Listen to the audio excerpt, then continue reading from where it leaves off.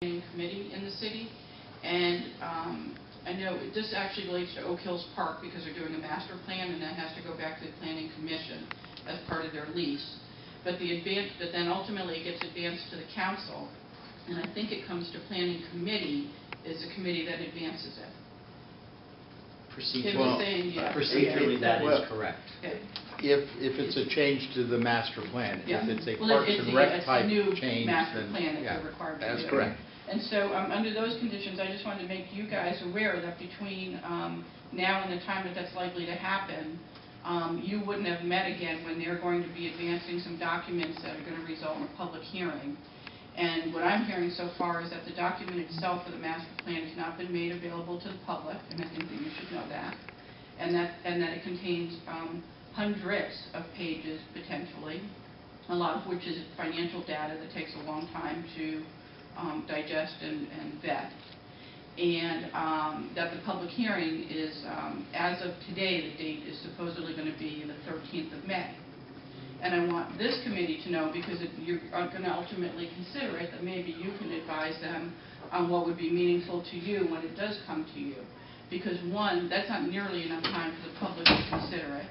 There's been no public input except for a single public forum that was maybe the worst facilitated public information forum I have ever attended in my life. There's not going to be an opportunity for any public input other than what this public hearing is going to be, despite the fact that every other park master plan in the city has had multiple public input sessions with the people who are developing the plan. You should know that the person who developed the plan did not come in either via a request for qualifications or a request for proposal, that person came in as was already the vendor of choice for the driving range. You should also know that this will be the first master plan for a public park that didn't include an advisory committee made up of stakeholders, and that even as we speak, the Ryan Park, 2 acres approximately, is about to go to RFP for some master plan development there, and the Friends of Ryan Park are actually been invited to even work on the RFP itself, in addition to being on the advisory committee.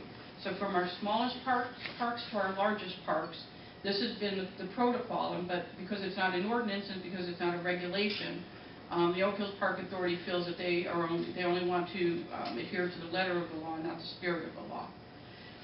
And then finally, the most disturbing thing of all, and I'm hoping you guys will consider this and maybe send it back and tell them to do it the way that's meaningful to you, is that now that we're hearing that all along we heard that the type of improvements that would be made there relative to the driving range would be completely funded by the developer that they chose. And if the information I received today is true, that has completely changed to be now millions of dollars that the master plan is going to suggest that the city taxpayers in Norwalk fund. So I think it's a very important thing. I think it speaks to process. This is no longer about a driving range or walking trails.